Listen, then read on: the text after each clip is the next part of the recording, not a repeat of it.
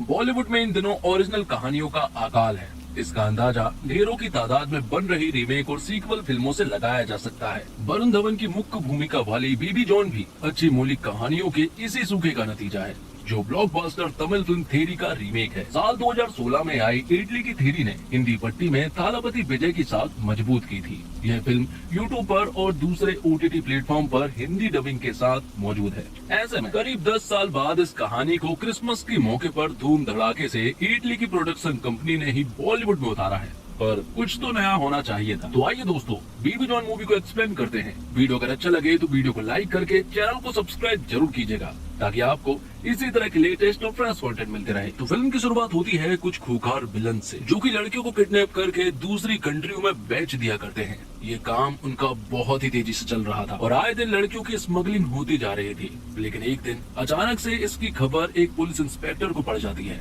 जब वो उनके अड्डे पर आता है तो मालूम चलता है कि उसकी खुद बेटी भी किडनैप हो चुकी है और अगर उसने कुछ एक्शन लिया तो उसकी बेटी को भी दूसरी कंट्री भेज दिया जाएगा। फिर ना चाहते हुए भी वो पुलिस इंस्पेक्टर कुछ नहीं कर पाता है और उसे भी इन विलनों के साथ काम करना पड़ता है। जिसके बाद सीन शिफ्ट होता है केरल की तरफ, जहाँ पर कि हम जॉन उसकी बेटी खुशी को देख पाते हैं। बेबी जॉन अपनी बेटी खुशी और अपने दोस्त सेवक राम के साथ रहता है। वो यहाँ पर बहुत ही आम जिंदगी जी रहा है, वॉयलेंस से एकदम दूर, किसी से भी कोई भी लेना देना नहीं है।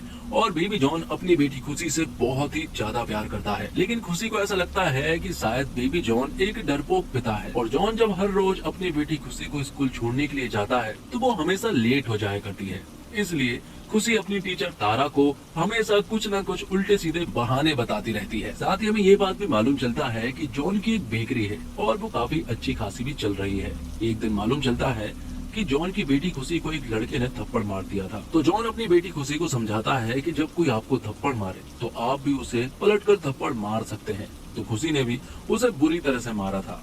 जब ये बात तारा मैडम को मालूम चली कि खुशी ने उस लड़के को बुरी तरह से मारा है तो इस बारे में तारा जॉन से बात करती है कि आखिर कोई लड़के को इस तरह से नहीं मारता है। तारा उसे समझाने की कोशिश कर रही थी कि आखिर तुम अपनी बेटी को क्या सिखाना चाहते हो। तभी हम देखते हैं कि उन गुंडों के चंगुल से एक लड़की जो है वो भाग जाती है और इनके आसपास ही कहीं छिप जाती है। जब उस लड़की को तारा ने देखा तो तारा उसे पुलिस स्टेशन ले जाती है और पीछे पीछे खुशी भी चली जाती है। इसीलिए जॉन को भी उसके पीछे पीछे जाना पड़ता है।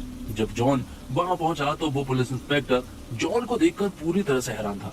उसे ऐसा लग रहा था कि शायद इसे मैंने कहीं तो देखा है। जब जॉन यहाँ से जाने लगता है तो यहाँ वो पुलिस इंस्पेक्टर सत्या नाम कहकर पुकारता है, जो सुनकर जॉन पूरी तरह से हैरान रह जाता है। अब हमें ये तो मालूम है कि ये पुलिस इंस्पेक्टर उन गुंडों से मिला हुआ है, इसलिए इंस्पेक्टर उन गुंडों के पास कॉल करके बता देता है कि जो लड़की खो चुकी थी वो तो हमारे पास आ चुकी है, लेकिन तुम्हारे खिलाफ किसी ने कंप्लेंट भी की है। लेकिन इंस्पेक्टर ने तारा का नाम नहीं बताया था, बल्कि जॉन का नाम बता दिया था। इसलिए सारे गुंडे जो है वो रात को ही जॉन के घर पर पहुंच जाते हैं। तब तारा भी यहीं पर मौजूद थी। तो जॉन के साथ राम सेवक, तारा, उसकी बेटी खुशी और उसका कुत्ता यहीं पर मौजूद थे। जॉन उनसे माफी मांग रहा था कि शायद उनसे बहुत बड़ी गलती हो गई है, क्योंकि उसने तो कुछ किया ही नहीं है। लेकिन वो गुंडा यहाँ पर जॉन से कहता है कि वो तुझे बुरी तरह से मारेंगे और साथ ही तेरी बेटी को भी जान से मार डालेंगे। ये सुनने के बाद जॉन को गुस्सा आ जाता है और वो इन लोगों को चुन चुन कर मारने लगता है। जॉन कहता है कि बात जब तक मेरे ऊपर है ठीक है, लेकिन तुमने मेरी बेटी को मारने की बात कही है। ये सुनकर तो वो उन्हें बहुत बुरी तरह से मार रहा था। जिसके बाद राम सेवक तारा को कहानी सुनाने लगता है और फिर कहानी 6 साल पीछे मुंबई पहुंचती है, जहां पर की deputy commissioner of police Satya Verma अपनी ईमानदारी और बहादुरी के कारण जनता का सुपर हीरो है। लेकिन सत्या वर्मा की लाइफ में भी एक बहुत बड़ी विलन है और वो विलन उसके लिए शादी है, क्योंकि शादी उसकी हो नहीं पा रही है और उसकी माँ चाहती है कि सत्या की जल्द से जल्द शादी हो जाए। इसलिए हमेशा वो किसी न किसी लड़की से मिलने के लिए जाते रहते हैं। अब सत्या सनाया नाम की एक लड़की से मिलने के लिए जाता है, यहाँ पर कि उसकी माँ भी आई हुई थी। यहाँ सनाया पहले तो सत्या की बहुत तारीफ करती है, लेकिन बाद में सनाया यहाँ पर सत्या से कहती है कि भैया आप किसी और से शादी कर लो, क्योंकि मेरा बॉयफ्रेंड है और मैं उसी से शादी करना चाहती हूँ। आप घर वालों से कह देना कि मैं आपको पसंद नहीं आई। तो जितना भोला भाला सत्या है, लेकिन जब वो कहीं क्राइम होता हुआ देखता है तो वो लोगों को बुरी तरह से मारता है। फिलहाल वो उन गुंडों को मार रहा है जो कि बच्चों को फुटपाथ पर भीख मांगने के लिए छोड़ देते हैं। बाद में बोले पुलिस स्टेशन भी ले जाता है। उसका इलाज मीरा नाम की एक डॉक्टर करती है। डॉक्टर यहाँ पर जब इन लड़कों को देखती है कि इन्हें तो बुरी तरह से मारा गया है तो वो तुरंत ही सत्या को अपने पास बुलाती है।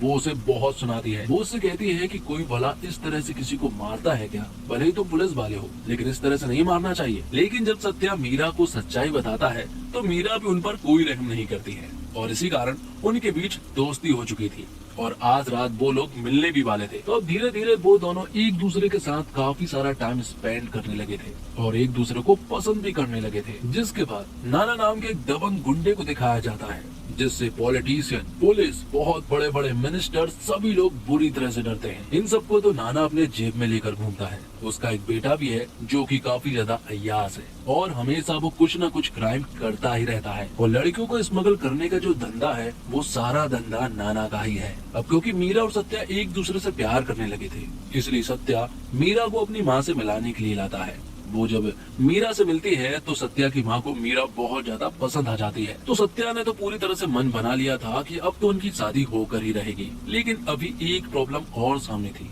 और वो प्रॉब्लम ये है कि अभी मीरा की फैमिली वालों से भी सत्या को मिलना है और मीरा की फैमिली वालों को पुलिस वाले बिल्कुल भी पसंद नहीं है। जिसके बाद पुलिस स्टेशन में हम एक बच्ची के माँ बाप को देख पाते हैं जो कि सिर्फ 16 साल की है। वो गायब हो चुकी है। पुलिस स्टेशन में उन्होंने कंप्लेंट भी करा चुके हैं, साथ ही 10,000 रुपए भी दे चुके हैं, लेकिन अभी तक उसकी कोई खबर नहीं है और 3 दिन से ज्यादा हो चुके हैं। तो सत्या उस लड़की की इन्वेस्टिगेशन करना स्टार्ट करता है। सीसीटीवी फुटेज के द्वारा मालूम चलता है कि वो लड़की स्कूल से घर वापस तो जा रही थी लेकिन वो घर नहीं पहुंच पाई। स्कूल और घर के बीच में ही घना जंगल पड़ता है। उसी जंगल में कुछ लड़कों ने उसका रेप कर दिया था और उसे बुरी तरह से जला भी दिया था। यहाँ सत्या पहुंच तो चुका था लेकिन वो काफी लेट हो चुका था। इस वजह से जलकर उस लड़की की मौत हो जाती है। जब सत्या को ये बात मालूम चली कि ये सब कुछ नाना के बेटे ने किया है तो सत्या को बहुत गुस्सा आया। वो तुरंत ही नाना के घर पर गया और वो नाना के बेटे को अरेस्ट करने वाला था। लेकिन जब वो वहाँ पहुँचा तो मालूम चला कि नाना का बेटा आज मिनिस्टर बन चुका है। 3 दिन से वो गायब है, कहीं ना कहीं पार्टी कर रहा होगा। इसलिए अब अगर वो तुम्हें मिले तो उसे अरेस्ट मत करना बल्कि सलाम करना। तो सत्या मायूस चेहरे के साथ वापस आने लगा लेकिन बीच रास्ते में वो रुकते हैं और सत्या राम सेवक से कहता है कि अगर नाना के बेटा तुम्हें मिल जाए तो तुम उसके साथ क्या करोगे? राम सेवक कहता है कि अगर वो मुझे मिल गया तो मैं उसे उसी तरह मारूंगा जिस तरह से उसने लड़की को मारा है। मैं उसे जलाकर मार दूंगा।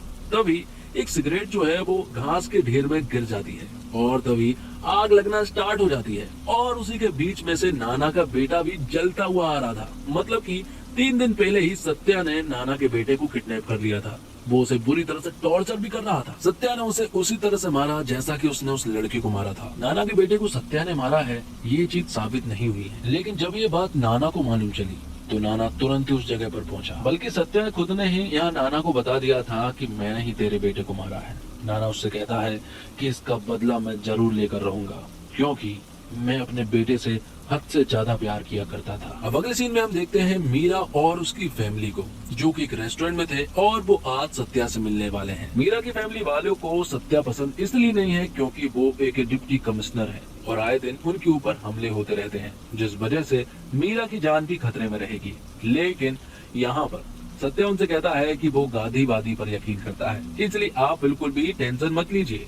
जब वो इतनी बात कहता ही है तब यहाँ पर नाना और उसके लोग आ जाते हैं और वो इनके ऊपर हमला कर देते हैं। लेकिन यहाँ पर सत्या ने सब कुछ संभाल लिया था। नाना के लोगों को उसने चुन चुनकर मार दिया था। जिसके बाद सत्या तुरंत ही नाना के यहाँ पर पहुंचा। जब उसे मालूम चला कि ये अटैक नाना ने करवाया है तो वो उसी के अड्डे पर चला गया और नाना को अरेस्ट कर लिया। सभी लोग ये देखकर हैरान थे कि आखिर कोई नाना को कैसे अरेस्ट कर सकता है। नाना भी अभी चुप नहीं बैठा था, जेल में जरूर था लेकिन वो अभी भी सत्या से बदला जरूर लेगा। दूसरी तरफ हम देखते हैं कि मीरा की फैमिली वाले सत्या से शादी नहीं करवाना चाहते हैं लेकिन एक दूसरे से वो दोनों प्यार करते हैं इसलिए उन्हें तो मानना ही पड़ेगा और यहाँ पर दोनों शादी कर लेते हैं। जब मीरा और सत्या की शादी हुई तो दोनों बहुत ज्यादा खुश थे। उनकी फैमिली भी बहुत खुश थी। यहाँ तक कि सत्या की माँ भी बहुत ही ज्यादा खुश थी क्योंकि उन्हें हमेशा से एक लड़की चाहिए थी और कुछ ही महीनों के बाद उन्हें एक लड़की भी होती है जिसका नाम खुशी होता है। और फिर कुछ ही दिनों के बाद नाना और उसके लोग यहाँ सत्या और उसकी पूरी फैमिली पर अटैक कर देते हैं। वो सत्या को शूट करते हैं और साथ ही मीरा को भी शूट कर देते हैं। वहाँ खुशी अपनी दादी के साथ थी। वो लोग खुशी की दादी को भी मार देते हैं और सत्या भी बुरी तरह से घायल था। इतना सब कुछ करके वो सारे गुंडे यहाँ से जा चुके थे। तभी यहाँ पर मीरा की आंखें खुलती है। मालूम चलता है कि वो मरी नहीं थी और साथ ही उसकी बेटी भी नहीं मरी थी। वो यहाँ पर तुरंत ही सत्या के पास आती है और उससे कहती है कि हमारी बेटी को तुरंत ही हॉस्पिटल ले जाओ और मुझसे वादा करो कि तुम पुलिस की नौकरी छोड़ दोगे और मेरी बेटी को यहाँ से बहुत दूर लेकर चले जाओगे, इस लड़ाई झगड़े से दूर। सत्या उससे वादा करता है और अगले ही पल मीरा की मौत हो जाती है और तब यहाँ ब्लास्ट भी हो जाता है। लेकिन सत्या और खुशी बच गए थे। जिसके बाद कहानी प्रेजेंट में आती है। राम सेवक ने ये सारी कहानी तारा को सुनाई थी। तारा को भी अब ये सारी बातें मालूम है। वो इसके बारे में यहाँ जॉन से बात करती है। वो उससे कहती है कि वो इन सब के बारे में खुशी को नहीं बताएगी। अब आज ही खुशी स्कूल की तरफ से पिकनिक के लिए जाने वाली थी एक बस के द्वारा। तभी नाना का कॉल यहाँ जॉन के पास आता है। जॉन से कहता है कि जिस स्कूल की बस से तेरी बेटी जा रही है ना, उसका अभी एक्सीडेंट होने वाला है और अगले ही पल उसका एक्सीडेंट भी हो जाता है। जॉन तुरंत ही वहाँ पर दौड़ता हुआ जाता है, लेकिन तब तक वो बस जो है वो ब्रिज से नीचे पानी में गिर चुकी थी। लेकिन जॉन ने सारे बच्चों को बचा लिया था, यहाँ तक कि अपनी बेटी को भी बचा लिया था।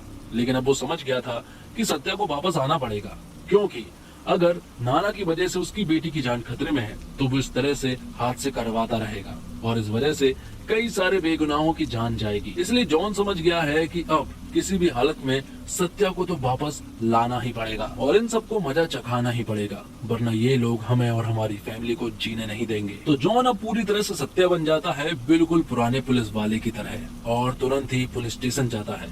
सबसे पहले उस पुलिस इंस्पेक्टर के पास जाता है जिसने नाना की मदद की थी यहाँ सत्या की फैमिली को मारने के लिए। सत्या उसके पास जाता है और उसे बुरी तरह से मारता है। जब इन सब के बारे में नाना को मालूम चला तो नाना ने भी प्लानिंग बनाना स्टार्ट कर दिया था।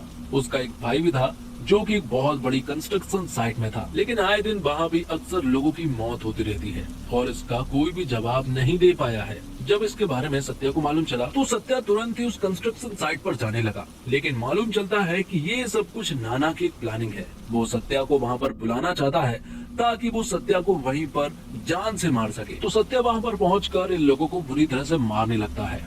यहाँ पर नाना को तो ऐसा लगा था कि शायद सत्या यहीं पर मारा जाएगा, लेकिन सत्या यहाँ पर नाना के भाई को भी बुरी तरह से मार डालता है। लेकिन नाना का प्लान भी अभी भी मौजूद था, क्योंकि सत्या जब यहाँ पर फाइट कर रहा था वहाँ दूसरी तरफ सत्या के घर पर नाना के लोग पहुंच चुके थे। वहाँ राम सेवक और तारा मौजूद थे, लेकिन वो लोग उनका सामना नहीं कर पाते हैं। वो बहुत देर तक लड़ते जरूर हैं, लेकिन नाना ने यहाँ खुशी और तारा को अपने साथ लेकर चले गए थे और उन्हें भी उसी कंटेनर में कैद कर दिया था जहाँ पर कि अब ये सारी लड़कियों को फौरन भेजा जाना था। अब नाना तुरंत ही सत्या के पास कॉल करता है। वो उसे बताता है कि तूने मेरे भाई को मार दिया है, बहुत अच्छा किया, लेकिन अब तेरी बेटी को भी मैं मारने वाला हूँ। या फिर तू उसे बचाना चाहता है या फिर दूसरी कंट्री भेजे जाने से रोकना चाहता है तो तुरंत ही यहाँ पर आ जा। जब ये बात सत्या को मालूम चली तो सत्या तुरंत ही उस जगह पर पहुंच गया। शुरुआत में तो उसने बहुत सारे लोगों को मार गिराया, लेकिन आखिर में नाना ने उसे उल्टा टांग दिया और नाना के लोग उसे पूरी तरह से मारने लगे थे। लेकिन सत्या को भी ये भी नहीं मालूम है कि खुशी और बाकी लड़कियां किस कंटेनर में है। जब उसे ये बात मालूम चली कि वो किस कंटेनर में है तो सत्या यहाँ पर उठा और इन लोगों से फिर से फाइट करना स्टार्ट कर दिया। नाना के बहुत सारे लोग थे, लेकिन सत्या ने लोगों को चुन चुन कर मार गिराया था और आखिर में जिस कंटेनर में लड़कियां कैद थी उन सारी लड़कियों को सत्या ने उस कंटेनर से भी निकाल लिया था। फिल्म के आखिर में सत्या की बेटी खुशी नाना को माफ करने के लिए कहती है कि अगर आप सॉरी बोल देंगे तो मेरे पिता आपको माफ कर देंगे। लेकिन नाना सॉरी कहाँ बोलने वाला था। यहाँ पर बाकी सारी लड़कियां मिलकर नाना को जान से मार देती है और फिल्म के आखिर में हम सलमान खान का कैमियो देख पाते हैं जो कि एजेंट भाईजान के रूप में यहाँ पर आता है और अब वो भी इनकी तिकड़ी में शामिल हो चुका था। तो दोस्तों, बेबी जॉन वो फिल्म है जिसमें आपको राजपाल यादव एक्शन करते दिख रहे हैं और यकीन मानिए क्लाइमैक्स से ठीक पहले उनका एक डायलॉग और ये एक्शन फिल्म का यादगार मोमेंट है। ऐसा नहीं है कि बेबी जॉन के हीरो वरुण धवन ने दमदार काम नहीं किया है, लेकिन मास फिल्मों की खासियत ही आपको सरप्राइज करना होता है। कुछ ऐसा करना जो सोच से इतना परे हो कि आप डायरेक्टर राइटर की सोच स्क्रीन पर देखकर वाव वाली फीलिंग में आ जाए। मास फिल्मों के आइकॉन गदर में सनी देओल का हेडपंप उखाड़ना इसलिए आज भी अद्भुत लगता है, लेकिन फिर भी स्क्रीन पर ये सीन विश्वास करने लायक लगता है। क्योंकि सनी है भी इतने दमदार आदमी। वरुण धवन नेचुरली एक चार्मिंग और मजेदार आदमी लगते हैं, इसलिए अगर वो विस्फोट, एक्शन और इंटेंसिटी के साथ दिखें तो सरप्राइज करने वाली बात होती है। जैसे बदलापुर। तो हुआ ये कि बेबी जॉन में ये सरप्राइज वाला मामला पर्याप्त नहीं लगता और ये कमी कमजोर स्क्रिप्ट की है। बेबी जॉन 2016 में आई इटली की फिल्म थेरी की एडॉप्टेशन है, जिन्होंने इस बार वरुण की फिल्म प्रोड्यूस की है। फिल्म को डायरेक्ट किया है कालीस ने। लेकिन दिक्कत ये है कि थेरी खुद एक ऐसी फिल्म थी जिसकी राइटिंग कोई बहुत कमाल की नहीं थी। लोगों को वो फिल्म पसंद आई थी अपने मास मूवमेंट्स और हीरो थालापति विजय की वजह से। विजय उस समय हर फिल्म में ताबड़तोड़ एक्शन हीरो बने हुए थे, लेकिन थेरी में वो एक ऐसे आदमी के रोल में थे जो हिंसा से बचता है और बहुत प्यारा लगता है। इसलिए जब फिल्म फाइनली उन्हें एक्शन हीरो अंदाज में रिवील करती है तो एक ट्विस्ट आया था। बेबी जॉन की दिक्कत ये है कि इसमें थेरी की राइटिंग से सबक नहीं लिया। इसी लचर राइटिंग के साथ फिल्म ने विलन के आर्क और कहानी में लड़कियों को बेचे जाने का एंगल जोड़कर मामलों को और उलझा दिया। जेकी श्रॉफ ओरिजिनल फिल्म से ज्यादा भयानक फील होने वाले विलन हैं, लेकिन उनकी अतरंगी हरकतों के पीछे की कोई वजह एक्सप्लोर नहीं की गई है, जो उनके किरदार को बस एक शोपीस विलन बनाती है। भूमिका गब्बी के किरदार को मेकर्स ने एक ऐसा ट्विस्ट दिया जो फिल्म में काम नहीं आता। लेकिन अब बासी चावल को नाश्ते में खाना है तो फ्राई करने के लिए कुछ न कुछ आउट ऑफ सिलेबस चीज से तड़का तो मारना पड़ेगा। फ्लैशबैक की स्टोरी में कीर्ति सुरेश से आप नजरें नहीं हटा पाएंगे, मगर ट्रीटमेंट का कमाल ऐसा है कि उनके किरदार में भी थिएटर से बाहर निकलकर याद रखने लायक कुछ खास नजर नहीं आता। वरुण धवन एक्शन में एफर्टलेस लगते हैं, उनका चार्म भी स्क्रीन पर काम करता है, लेकिन उनके किरदार में वजन कम लगता है।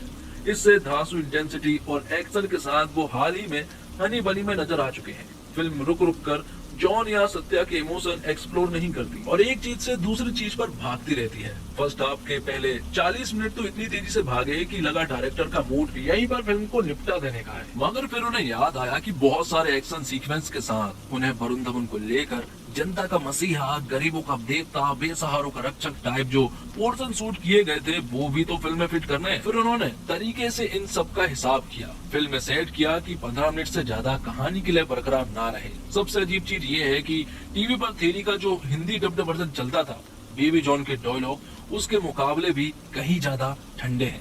ऊपर से फिल्म का साउंड इतना शोर भरा है कि आप थिएटर में जाते अकेले हैं, मगर बाहर निकलते हैं सिर दर्द को कंधे पर टिकाए हुए। कुल मिलाकर बेबी जॉन एक ऐसी फिल्म है जिसे देखने के बाद सिर्फ एक ही लाइन सोचती है, वरुण धवन मास हीरो वाले रोल में भी अच्छे कर सकते हैं, मगर कोई उन्हें अच्छी स्क्रिप्ट के साथ कास्ट कर लेते। और कमर्शियल मसाला मूवी के लिए अक्सर कहा जाता है कि ऐसी मूवीज में दिमाग ना लगाएं, लेकिन जब शहर का टीएसपी वर्दी पहने हुए किसी की बेबी शॉवर में लेडीज को जूस पिलाने लगे, जब चाहे तब शहर से गायब हो जाए, 6 साल बाद जब मन करे वर्दी पहन के ड्यूटी पर वापस आ जाए, तो ना चाहते हुए भी इग्नोर करना मुश्किल हो जाता है भाई। कहानी में तो यू एक्शन, इमोशन, रोमांस और सस्पेंस है, नाच गाना है और सोशल मैसेज जैसे सारे तड़के हैं, लेकिन एक्शन के अलावा बाकी चीजें प्रभावित नहीं करती। चाइल्ड ट्रैफिकिंग जैसे संवेदनशील विषय को भी जिस तरह फिल्माया गया है, वह एकाध सीन के अलावा मन को भिगो नहीं पाता। हाँ, आर्ट एक्शन डायरेक्टर के मेल से तैयार किया गया एक्शन दमदार है, हालांकि कुछ सीन इतने विभत्स और हिंसक भी हैं जो क्रिसमस के त्योहार का मूड खराब कर सकते हैं।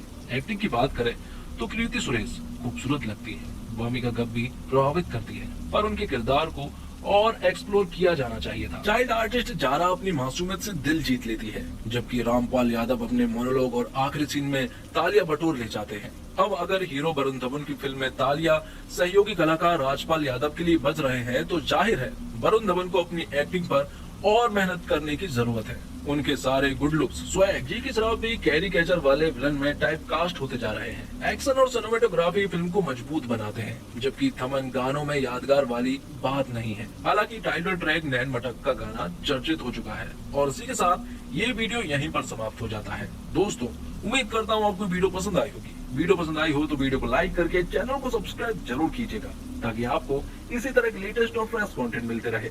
मिलते हैं और कमाल की वीडियो के साथ, तब तक के लिए आप हमारे चैनल के साथ बने रहिए।